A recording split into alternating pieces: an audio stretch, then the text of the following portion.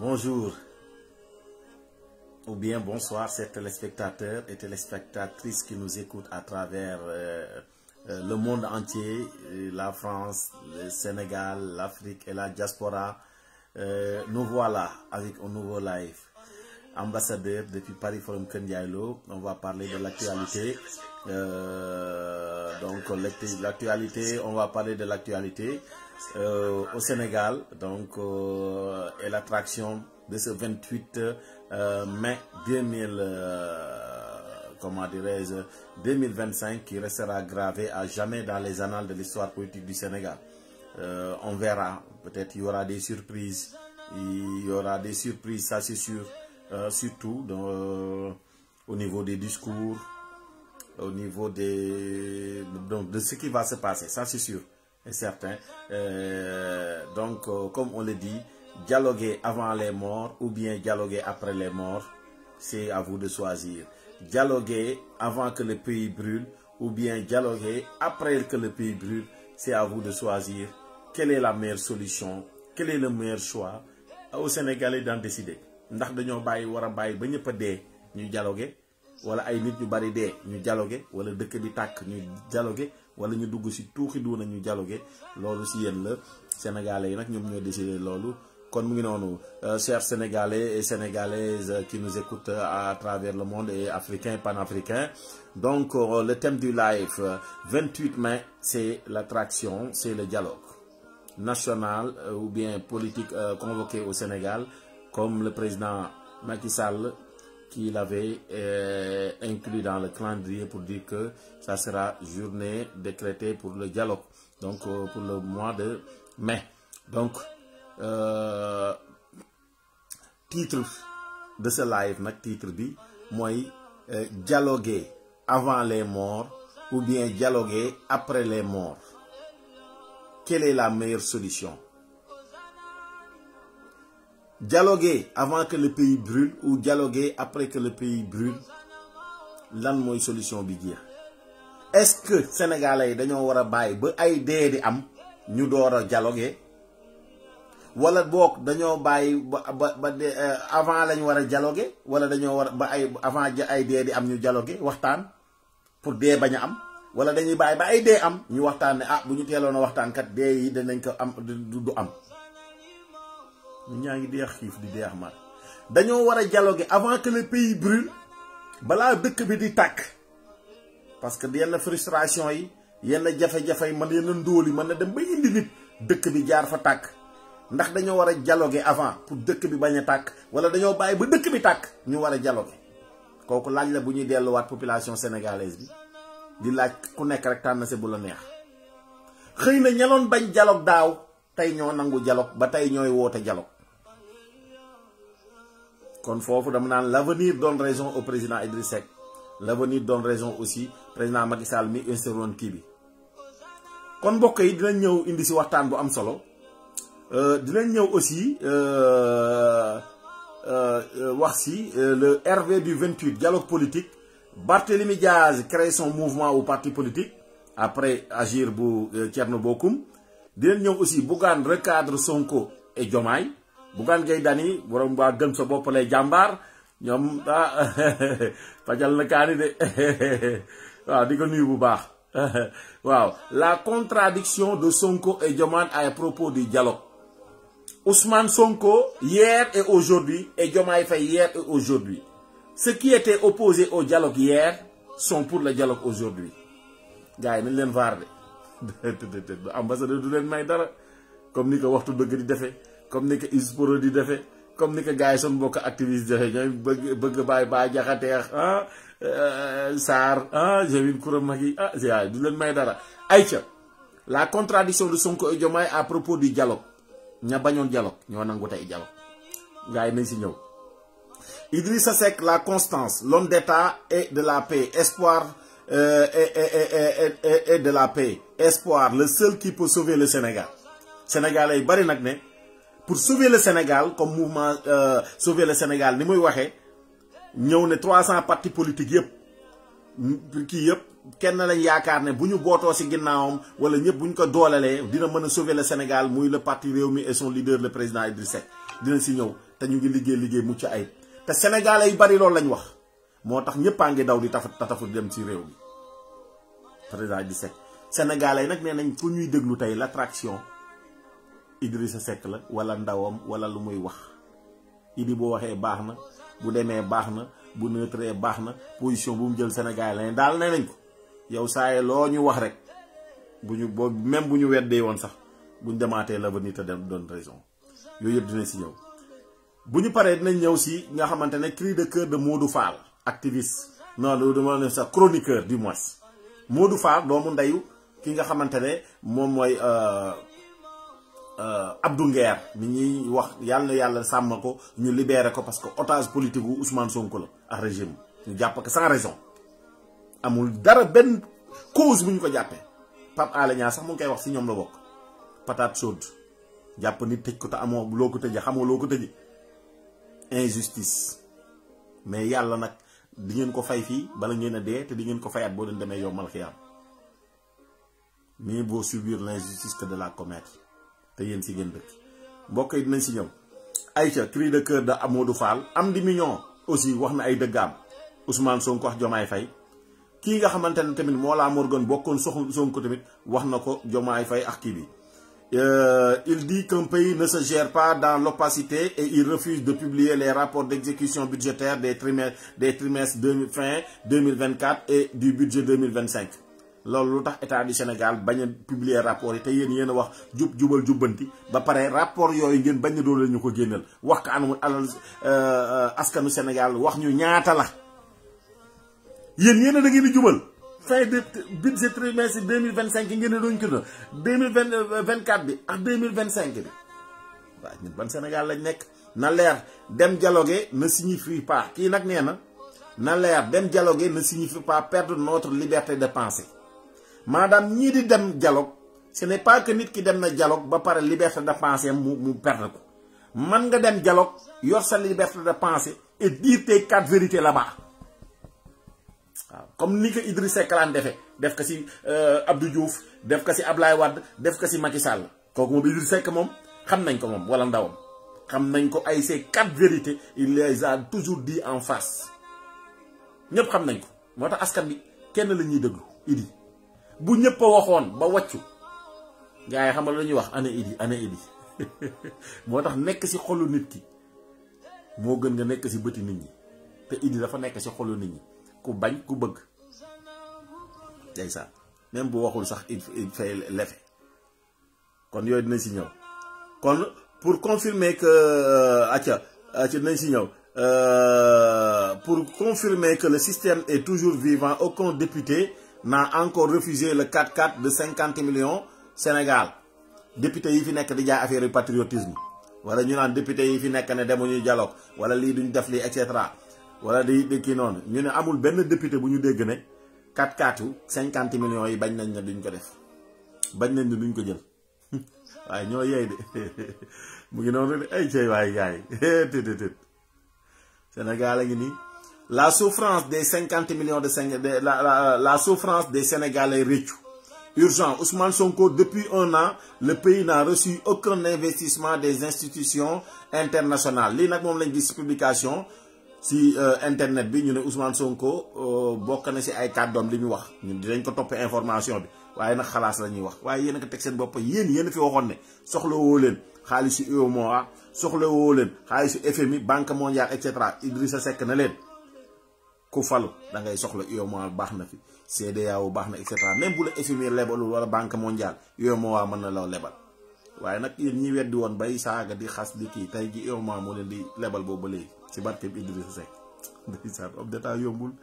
Aïcha urgent Ousmane Sonko depuis 1 an après bu ñëwee Abdou Karim Gueye nitu dëgg mu ne est juste phénoménal écoutez attentivement la réponse qu'il a servi aux journalistes sur l'achat des véhicules pour les députés vous dites que Sonko est un héros sachez que tout héros meurt jeune faites capture d'écran et gardez le ñi am dégg laay waxal Ibou Ngom moom tamit wax kay activiste waaw héros yi moom dañuy seen kii la dañuy jékki rek màgget après muy doon ñu naan héros bu fi xewoon waaw ki fi xewoon daaw génn amul problème Aïcha, électricité. L'électricité le plus cher au monde, le Sénégal 3e avec 94 francs CFA le kilowatt. Souleymane, même si cela s'avère, c'est lui le PM, pourquoi les Sénégalais ont fait le choix de concentrer tous les pouvoirs sur le projet Ouragan Horizon 2050? Nous devons nous futur rek la. Cantine du port Môle 1. 400 propriétaires menacés de déguerpissement. Yo xamantene ñu am ay cantine fofu ñu ne dañ leen di déguerpir waa li Diouf Bodian lii la ñuy toog moo nag moo nekk gars yi kaas te ñoom ñoo wote leen Ousmane Sonko kii nag nee na lii la ñuy toppee Abdou Nguer dëgg bu wér koŋ dëgg waaw dëgg ne gong waaw comme ni ko baax yaay di waxee communiqué des ex-détenus de Pastef sur le comportement de Ngoné Saliou Diop la distributrice automatique de billets de banque lu parquet di financier di xaar Papi Kane Nervi m'ont publié loolu. Sonko veut humilier la famille Sall. Il faut que toute l'opposition soit unie derrière un candidat. Ibrahima Ndiaye bu nekk France moo wax loolu. Encore Franklin Timis xaw ma lan nee na ci yàlla nos voisins africains li ñu yàkkati Ousmane Sonko ak kiyam. Dame Mbodj avant muy am poste Dame Mbodj après muy am poste nañ si ñëw ab publication sunu frère bi dëgg baatu dëgg après 2029 kan moo nara raw rapport Covid-19 bi wala yéen la koy wax la jeunesse 2024 ñu soppi réew mi kan moo waxoon maanaam fen yooyu ne 2024 ñu soppi réew mi ñu 2027 kii nag loolu lay laajte à 6 mois de 2 ans au pouvoir jusqu'à là Sonko conjugue tout au futur léegi fi mu toll nii au futur rek boo ñu falee ñu def lii léegi ñu fal ko mu naan léegi futur waa jëlee yow léegi ji laa ji yow yóbbaate un jour viendra mos dem rek ngeen dem Ngoné Sonko Ngoné Saliou léegi nag léegi lii lan lañ ci war a de l'argent liquide mis dans un sac pour parcourir le Sénégal et corrompre un bon nombre d'entre nous. L'argent aurait provenir d'un corrupteur international pastéfien qui a avoué avoir corrompu Lat Diop et sans être inquiété, ce pays marche par la tête. Ngoné Saliou est un pseudo-journaliste politicienne kon loolu la gars yi gis et cetera dinañ ñëw gën a yaatal affaire yi kon gars yi loolu lañ leen indil di jaajëfal ñëpp waaw di nuyu Mouhamadou Ba jàngate te am na solo ndeysaan dinañ ci gën a ñëw kon nag mu ngi noonu journée dialogue journée politique journée économique et cetera waaw gis nañ ñëpp waaw kii président conseil CES bi fi nekkoon tamit moom invité nañ ko gis nañ gars yi bari na léegi dañuy dem gannaaw ba ñu ne parti réew mi moom Idrissa Seck moom lu mu dugg day neex bu mu ne bokk na si wala ñu ne xenc na xetam rek doo xam naa ne gars yi ka namm quoi gars yi bañoon yëpp ne duñ dem dialogue bi ñuy dégg naan est-ce que day dem wala du dem wala day yónnee ñëpp Sénégal yëpp bàbbeeku ndeysaan homme d'état benn homme d'état moo fi nekk c'est Idrissa Seck la ma leen waxoon si mag rek xaritoox moom bu fi jógee moo gën nga ñàkk xaritoox moom sinon da ngay kii rek te nag Sénégal nañu xam c'est la maturité moo mën a yor réew mi États-Unis ka fa nekk 78 ans la am Donald Trump te moo jiite États-Unis Idrissa Seck Macky Sall ñaari at la ko magee la magee ñetti 59 la juddu Macky Sall juddu 61 ñaari at kese la Idrissa Seck magee Macky Sall kon fu Macky Sall la waree nekk candidat Idrissa si mën na faa nekk Khalifa Ababacar Sall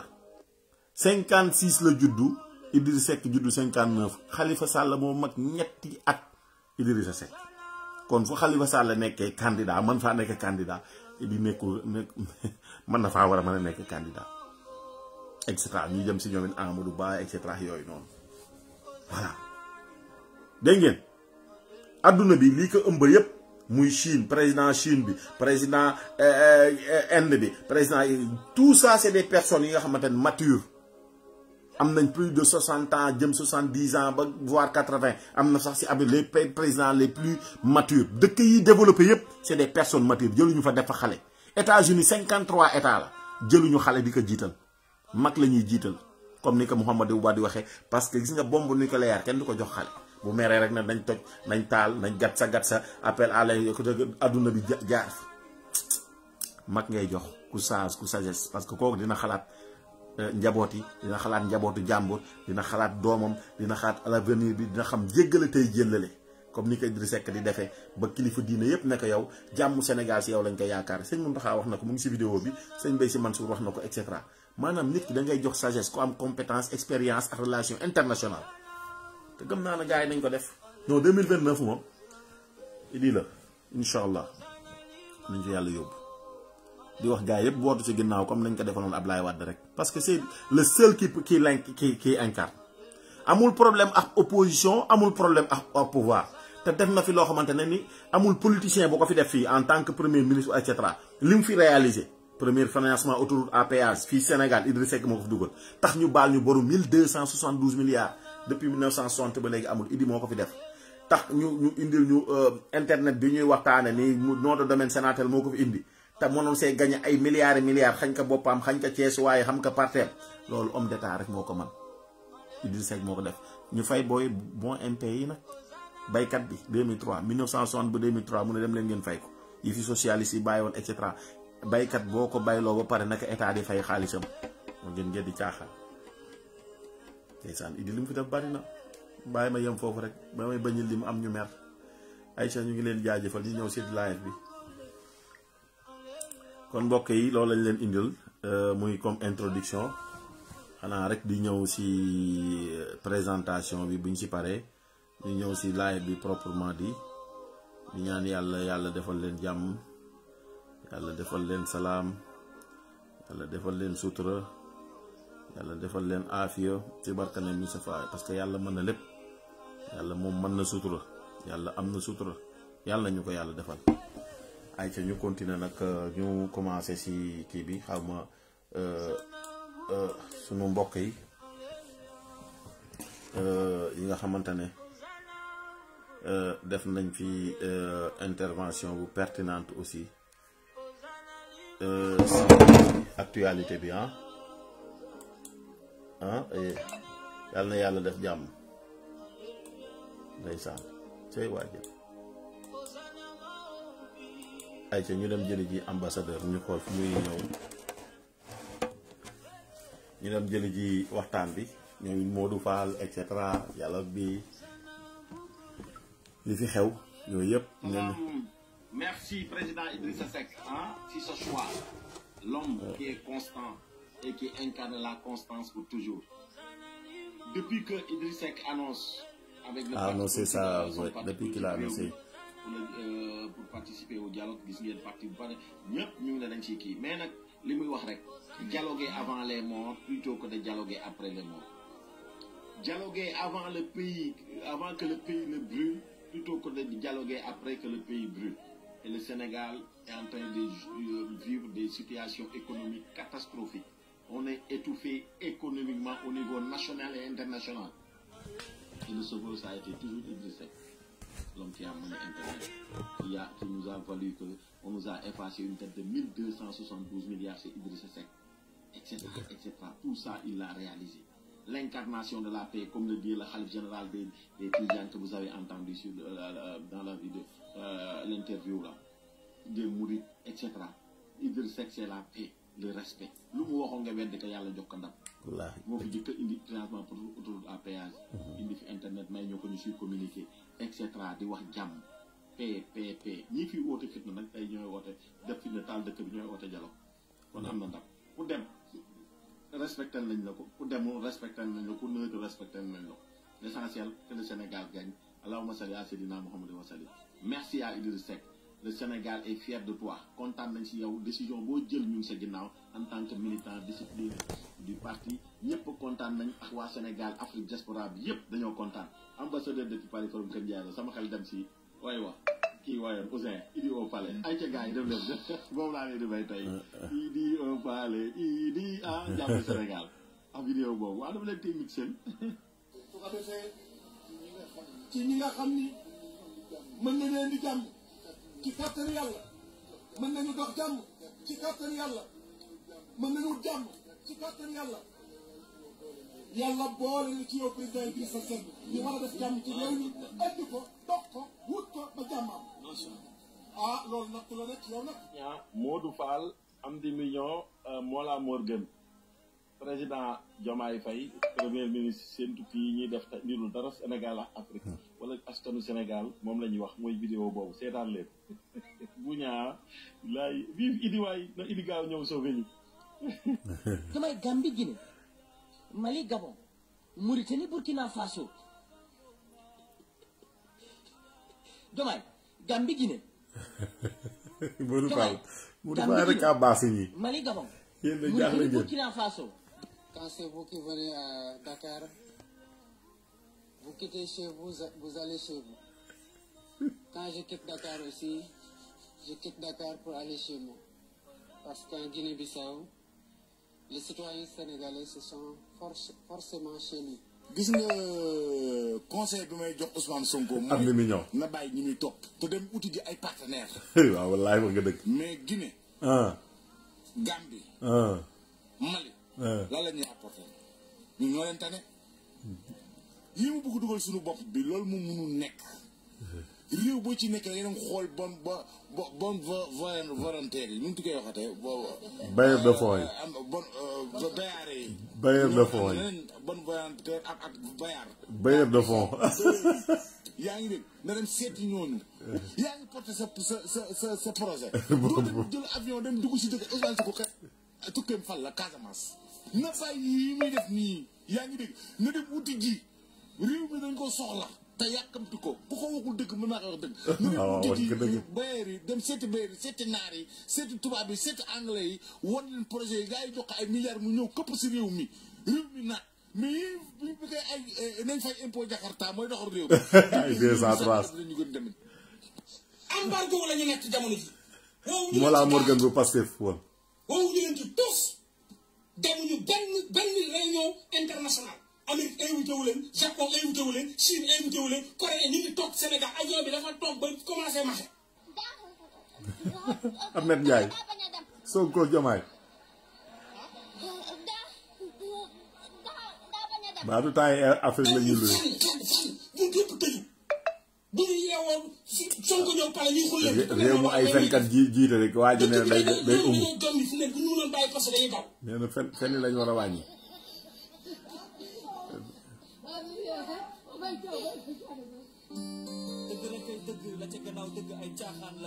kon gars yi dégg ngeen kii mooy homme d'état efficient de taille réduite pour accroître la productivité et la croissance économique de notre pays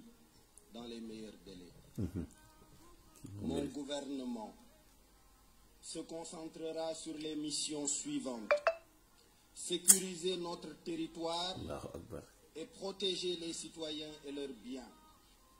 garantir leur éducation, leur santé et leur emploi, redonner confiance à la jeunesse sénégalaise, soutenir les orphelins et nos compatriotes qui vivent avec des handicaps, instaurer un état de droit, définir des règles du jeu transparentes et les faire comprendre et respecter par tous. Instaurer une diplomatie de bon voisinage, d'intégration et d'unité africaine, consolider nos amitiés francophones et instaurer des partenariats gagnant-gagnant avec ça. Partenariat gagnant-gagnant. Idrissa Seck nga fi jëkk a wax gaayen di leen ko wax ngeen nekk fi di tëb di dal lu mu wax de ku ko weddi boo doxaatee tuuti gis ko waaw Aïcha bu ñu paree si président Idrissa Seck si discours boobu ñu dem jëli ji li nga xamante ne toujours si actualité bi la ñu leen di jaajëfal bu baax gaay yal na yàlla doon li sutura Aïcha ñu dem jëli ji ndeysaan gaay liñ fi waxoon Ousmane Sonko ak kii bi tey jii ñoom ñu ngi séddale ay xaalis te fii lañ nekkoon Mohamed Dieng qui accuse injustement Lat Diop de l'avoir corrompu devient donateur des ex-détenus de Pastef, l'argent distribué par Ngoné Saliou journaliste pro Pastef waa léegi ana 5 milliards yi ñu décaissé woon pour indemniser les détenus léegi ñu ngi ciy tegaat yeneen. Avec des trucs de distribution de billets. Mais il faut que les Sénégalais démystifient ces pratiques et disent non. ah lenn du dee benn fondation boo xam ne mooy fondation Mohamed Rassoul Mohamed Dieng moo ci nekk mais dañu bëgg jàppale rek li nga xam ne président daf ko woote ñu seen doomu réew yoo xam ne mën nañu seen morom yi dara ñu choisir le vex de tenue parce que xam nañ ne déjà liggéey amul tabaski bi tam mënu ñëw déjà liggéey amul tabaski. allo waaw maa ngi en direct ci live bi de waaw ndax da ngay participer Et wala. c'est les mêmes pratiques dans la banlieue avec des trucs de distribution de billets. Mais il faut que les Sénégalais démystifient ces pratiques et disent non. lii da la fi waxoon gis ngeen waaw lii la fi waxoon waaw gars yi xam nga rek dama nekk ci live bi tamit ngeen comprendre ku duggul yaa ngi may seetaan nga bàyyi ñu seetaan buñ paree ñu traité affaire yi ayca ñu dem jëli ji réaction sénégalais yi xale yi acca gars yi ñoo ko gisandoo. ñu ñëw bala ñuy commencé dialogue bi fii la ñuy commencé gis ngeen Ngoné Sall ñu yor ay 100 000 francs ne da koy séddale di daal yàqati taal. Ngoné gis nga rapport Covid bi ñu mu génnee ñu woo gars yi di tëj yow bu yeboo nga xam ne bu gouvernement bi wàccee bu yeboo nga daw xam ne dinañ la woo tëj la ci kaso bi yow Ngoné Sall ndax xaalis bi xaalisu askan bi la ngay jël di jox nit ñi ay 100 000 francs teg ko fan nga ne Mouhamed Dieng ki jàpp Lat Diop ne da daan corrompre Lat Diop pour ñu tëj Lat Diop moo yëkkati xaalis bi jox la ko yow yaa ko wax de du suñuy wax yéen réew mi ngeen di fooyee askan bi ngeen di manipuler bu fekkee seen xarit ngeen bëgg leen neex booy daan taal osan yi di yàq di taal di yàq alalu jàmbur yi ñoom ngeen di yëkkati di leen jox ay 100 000 francs ngeen ne lii mooy jubal jubali moo ñu jaaxal lii ngeen di fayal Sénégalais tey lii Ngoné Sall yow ban poste nga am ci état yow bañ lay jox xaalis ne di séddale ngay moo ñu jaaxal million di joxe takk bu ne 100 000 francs yow fan nga ko teg yow dama ne rapport Covid bi ni mu génnee yow bu état bi wàccee bu yow nga xam ne sa rapport yow ci kaso bi nga jëm barke maam baadu faux politique yi yéen dëngal jàddal dëngal ngeen di def lañ ñuy naxee noonu lii ngeen di wax ni lii ngeen di def yéen fii la askan bi doon xaar lii la ngeen jël xaalis bi di ko pasarde di def lu leen neex jàpp ne kenn wax vidéo yëpp ñu ngi koy enregistré di teg état bi wàcc moo tey ñun tëj leen ci kaso bi barke maam Serapal li mooy jubal jubanti dëngal Sonko dégage Diomaye Faye booy daan yàq alalu jàmbur di yàq matériel jàmbur ñoom ngeen di yëkkati tey waaw ñi doon tëj da lañuy ñoo nekk xaalis laa wax ne bu gouvernement bi wàccee di nga génn xaalis bi billaay wallaay wa taala yéen dofoo leen sax vidéo yëpp ñu ngi koy enregistré di teg waaw gars yi nee na vidéo yëpp ñu ngi leen koy enregistré ndeysaan oh population bi nag dañoo jaaxle ñi toog di dund di yéen fayoo leen nit ñi ñu liggéey jëloo leen nit ñi ngeen di dàq ay 60 000 personnes war a fay chaque fin du mois ay 200 000 300 000 4 ngeen dàq leen di xaar naan tabaski ba tabaski lañ ñuy jox sénégalais 100 000 francs yéen a ñàkk a jom loolu mooy développement jëlee nit ki ci salaire sànni ko fële salaire bu muy am tous les mois pendant 12 mois nga dàq leen dem jëli ay raykatu nit ay saagakatu nit taalkatu ay bus auto université gat sa moo taal kilo di sàcc ay ausan ngeen ne yow sàcc ay léegi ngeen di dédommagé quoi tabaski ngeen jox leen 100 000 francs jël décaissé sunu 5 milliards du moins jox leen ko lu ñu naqari ñun bàyyi fi 8 milliards yi ngeen waxoon waa Bakel ñu amoon inondation seen kër yi yàqu seen jur yi dee ngeen bàyyi leen fi ñii yàqule tey si Covid si affaire Covid bi noonu yéen ngeen tojoon seen i kër yàq seen i kii dédommagé woo leen maître El Hadj Diouf ku ko dédommagé gisuma ko de Birima et maître El Hadj Diouf këram ngeen ñëw dugg taal sàcc bay sàcc ay télé sàcc ay xaalis lu nekk sàcc ngeen ko fa kan moo ko dédommagé man de gisaguma ko te déggaguma ko Baba Aïdara jënd na oto bus muy daw Dakar Saint-Louis ak di dimbali ak ay kii ngeen jël sàcc bi jël bisam tojote ko yàq saccage lu nekk moo jëlaat xaalisam defaraat ko yéen mu leen di jàppale si problème mu transport déggaguma fu ñu ko dédommagé bu amee ngeen kii ko ñëw fii ñëw Sénégal vacances yem wax weeru koor mu yërëm leen wàññi mburu ne da koy jaay kilo bi 100 francs ñu dem uti nuñ ko kii tak jàpp tëj non yéen man dama yéen da ngeen ma jaaxal nguur gaa ngoogu nag kii sème le vent récolte la tempête comme Sénégal yéen a ko bëgg ci projet bi la acca ndax dëkk baa ngi neex wala neexul ñu jël. waaw réew mi de depuis boobu ba léegi xam nga rek ñun moom wax dëgg yàlla daanaka si liñ jógee sax moo tane fi ñu nekk nii quoi wax dëgg yàlla parce que comme loolu dafa am lu ñu. lii lépp si dialogue bi la de dañuy wax li xew rek. waaw gisaguñ ko quoi dëkk bi moom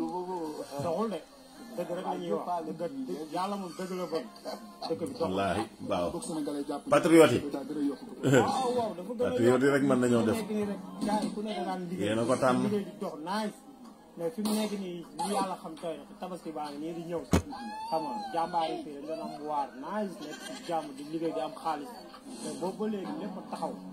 xam nga nit ñi dañuy yor xaalis bëgg liggéey lu sax ñu ko ñëwee génne quoi parce que dëkk bi tamit bu doxulee xam nga ki yor aswecc tam bu ndaw xam nga war ko jox pour ñu liggéeyal ko waaw du ko génnee daal da ko am yaakaar ba tey ci Sonko waaw man de awma ci ñoom yaakaar sama dëgg rek laay wax parce que début bi la quoi ni ñu débuté gars yi leen wateloon amatuñu si yéen yaakaar ah lii nag mooy wax ju jeex waaw réew mi de depuis boobu ba léegi ñii ñoo leen wateloon nee nañ amatuñu si yéen yaakaar te dëgg la liñ jógee sax moo tane de yéen a leen waxoon 2 mois de ñii naan non mais acca dàmbooj avant gars yi ñu ngi ñëw de ah ñu dem jëli ji balaa dàmbooj sax ñu dem jëli ji acca kaay que voulait Ousmane Sonko à travers sa guerre si ce Ousmane n'est pas Sonko pour l'émotion du Sénégal loolu fay boru koor rek et de toute la planète. saw ko Même wóorul Dieu. woon Ousmane Sonko, y a-t-il plus émotif que lui? Oui, parce que je finis là-dessus. Est-ce qu'il y a plus waa émotif Afrique de lii la ñuy wax ci nu gars yi en politique actuellement en Afrique? Quelqu'un qui dit je vais mourir, je vais mourir, je vais mourir. Il tombe dans le coma. Il est tombé dans le coma combien de fois en prison? 3 ou 4 fois. Oui ou non? Il est tombé dans le coma combien de fois en prison? bari na de Nous-mêmes qui le supplions, Ousmane, pardon, faut pas mourir. Je me souviens de ma soeur bien-aimée Nathalie Yam, qui était sortie sur les réseaux sociaux pour dire à Ousmane Sonko, il faut arrêter cette affaire de grève de la faim. Ne fais pas de cadeau à Macky Sall, pardon, ne meurs pas. C'est lui qui vient nous parler d'émotion. Plus émotif que son corps, tu meurs. wallaahi wallaahi Oh, je suis en train de mourir. Ousmane Sonko transporté à l'hôpital entre la vie et la mort. wallaahi tappale Il est mort. Macky même était lépp dépassé. ay fen la woon nee nañ dara du si dëgg Dépassé. Parce que Sonko, plus manipulateur d'émotions que Sonko, wallahi, au Sénégal, il n'y en a pas. Oh, je suis mort. Je ne respire plus. Ah, je suis mort. Je suis mort. Qui a fait ça? moom C'est pas nous les panafricanistes. déedéet moom de C'est lui, Sonko. Et il vient dire, il faut arrêter de mettre les émotions au devant. Qui est le plus gros émotif Sonko de tous les hommes politiques actuels, Sonko connus même sur le continent? C'est Ousmane c'est Sonko. Ousmane Sonko C'est la plus. C'est un La pleureur déception. professionnel. C'est un simulacreur. Un prestidigitateur émotionnel, Ousmane Sonko. wallaahi moom maket maan làmmeñu maket maan ak jëfu maket maan c'est ça oh gis ngeen la chute du mythe Sonko commence ici gis ngeen de gars yi Afrique ñi ko doon jàppale di ko défendre tey ñooy ñëw di xam ne Sonko la mu doon nekk def lépp ay caaxaan la dara lu si dot am Maodo ñaa ziar nañ la ndeysaan lii déception la aca beneen simulation nañ dem del jëli ji kii sawaay avant ak après ñu dem jëli ji ñu dem jëli ji sawaay avant ak après di nekk ay jullit yoo xam dañuy daa mbóoj nguur jigéen ñoom rek la fi yàlla nekk askan wu mu mbugal carrément te dama guñ bis bi kon nag waruñu fee toog di nekk ay jullit yoo xam dañuy nekk di calculer ka ragal ñu nu mel ay droit de l'homme ak ay kenn xamul ñun nekkuñ ci loolu dama ni droit de l'homme mayu la ngay ñëw fekk am réew moo xam ni danoo nekk ay woy ngëm nga ne yow da ngay nekk ab góor jigéen ci seen biirum réew di leen ñaawal waaye nekk ku góor jigéen dina ñaawal li ko am ne mooy ba ànd sàmm jikko yi yoree ab loi pour criminaliser ngóor jigéen état bu Sénégal bii moo ko bañ ñoo lank ba lank carré ni kenn ko fi voté assemblée nationale bu ñu ko fi Sénégal commencé ba léegi xanaa kon benn gouvernement bi fi am ñun dañoo mën a tere ay góor jigéen ñëw Sénégal dégg ngeen changé na dañoo c'est pas parce que yow sa réew yaa ngi xeex pour ñoo changé na avant léegi après bi mu amee poste te yow ab góor jigéen amul droit ñëw doo toog ak ab góor jigéen ah waay ab na bi ni muy dox léegi mooy layal góor jigéen ñi noonu quoi lii de mooy Sénégal léegi nag à vous de juger daam discours bi changé na de waaw wallaahi changé na ku jël xaalisu góor jigéen kañ mais da ngeen di laajte kan moo fi jëloon xaalisu Oxfam kan moo fi defal Oxfam ñaari prestation seen njiit defal na Oxfam ñaari prestation Ousmane Sonko te nee ngeen Oxfam mooy financé góor jigéen ñi à travers le monde ak ay aussi waax yooyu noonu Ousmane Sonko dem fa di leen defal conférence pour ñuy lawal seeni bànqaas wala yooyu noonu wala nga góor jigéen tamit nga dem na yaa leen di conférenciel pour dolli leen xalaat dolli leen ñaax Baba Aïdara day laaj bi mu laaj Ousmane Sonko tax ñu génne ko Pastef ak ci ñi doon xelal Ousmane Sonko te xam ne moo ko doon jox sa affaire u pétrole yooyu ñaata la Oxfam jox de la ko laaj ci xaalis ñaata lañ la fay foofu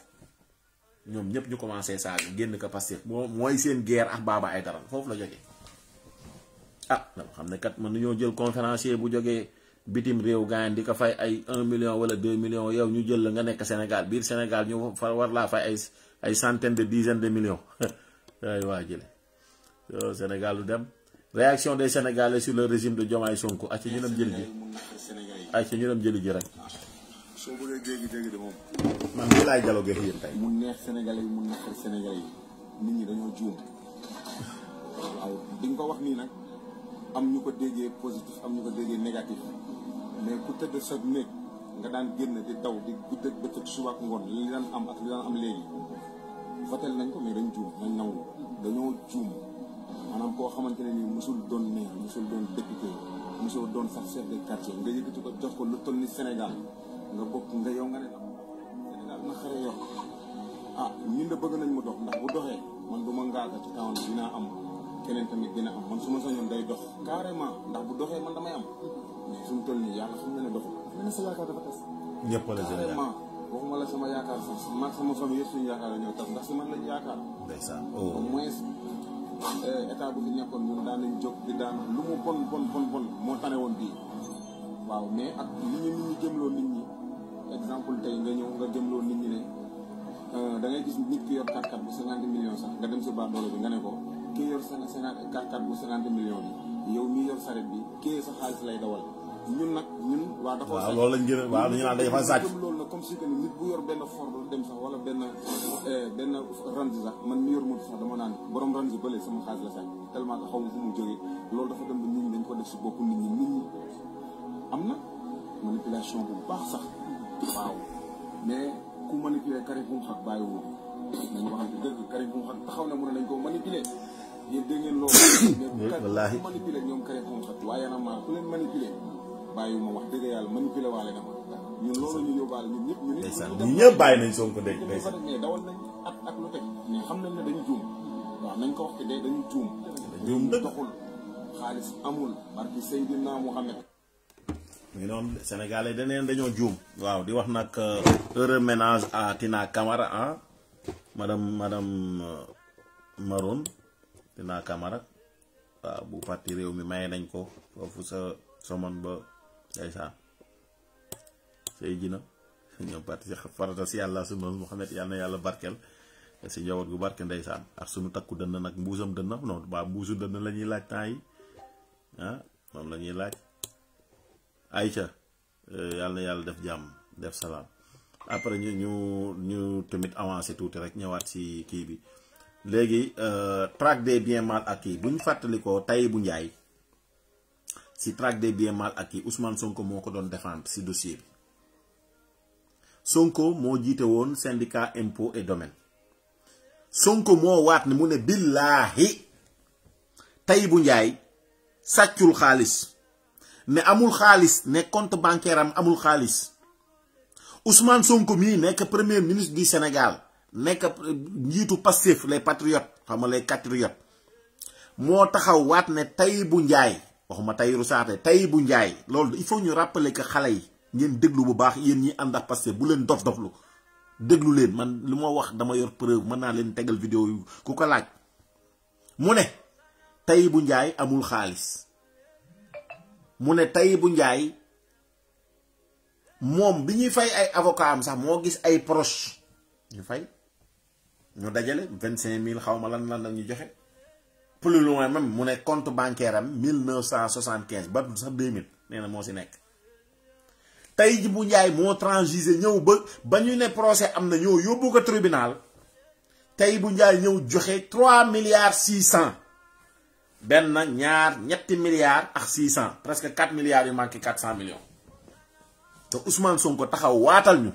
waat gis ngeen ni waat ni muy wax si yàlla waat si yàlla ne Tahibou Ndiaye amul xaalis kontaam amul xaalis yow ñu yóbbu la tribunal mu fay kooku loolu rek bu doon àdduna bi États-Unis wala France pays bu nekk Ousmane Sonko amatul droit si parole kii bu ñëwoon day def serment di waat si yàlla sax kan moo koy gëm même du dossier Sweet Beauté Adji Sarr naan ko waatal ma ne kii li mu fi waat yëpp defu si dara ci ñaati yoon laa waat dinaa indi preuve te kii bi muy tuumal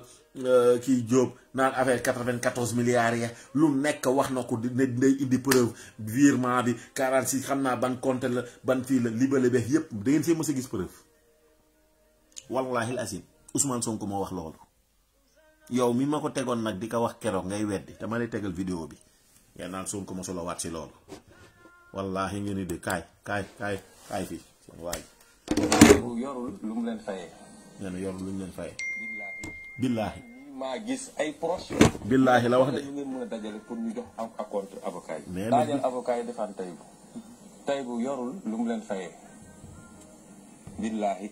man mii maa gis ay proche. billaahi la wax xool leen ñu ngeen mën a dajale pour ñu jox am compte. billaahi da la wax gis nga daajal avocat yi defaan tey bu yorul lu mu leen fayee. billaahi man mii maa gis waa doy na yaa waat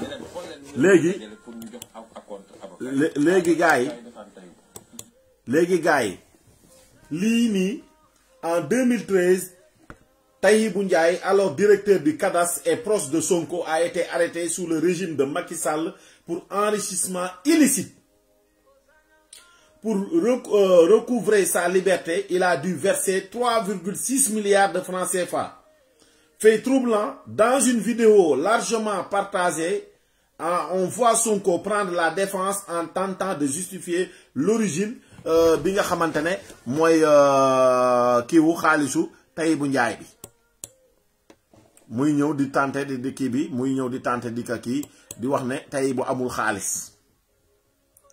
lii nag mooy vidéo bi wane preuve bi may wax ne li may wax man ambassadeur depuis Paris from Kër Ndiaye Lo borom preuve monsieur preuve monsieur Guèye fatabayanu in jaaxum faasixuun bi nabayin fatabayanu yàlla moo ko wax bu la information dikkalee vérifier avant de calomnier diffamer wala diaboliser moom la ñu ko président di sekk jàngale woon ndeysaan asaaru alxuraan yu bari boo ko mokkul sax dina jël ay aaya di dugg ba mooy loolu moom ki mu waatal ne billaahi kallawaat si yàlla pour sénégalais yi gëm ko ne Macky Sall li ma doon kii et cetera xam nga jàpp nit mu sàcc mu génn na sàcc naa fay naa moo gën waxuma ay caution de caution da ngay déposer na leen yow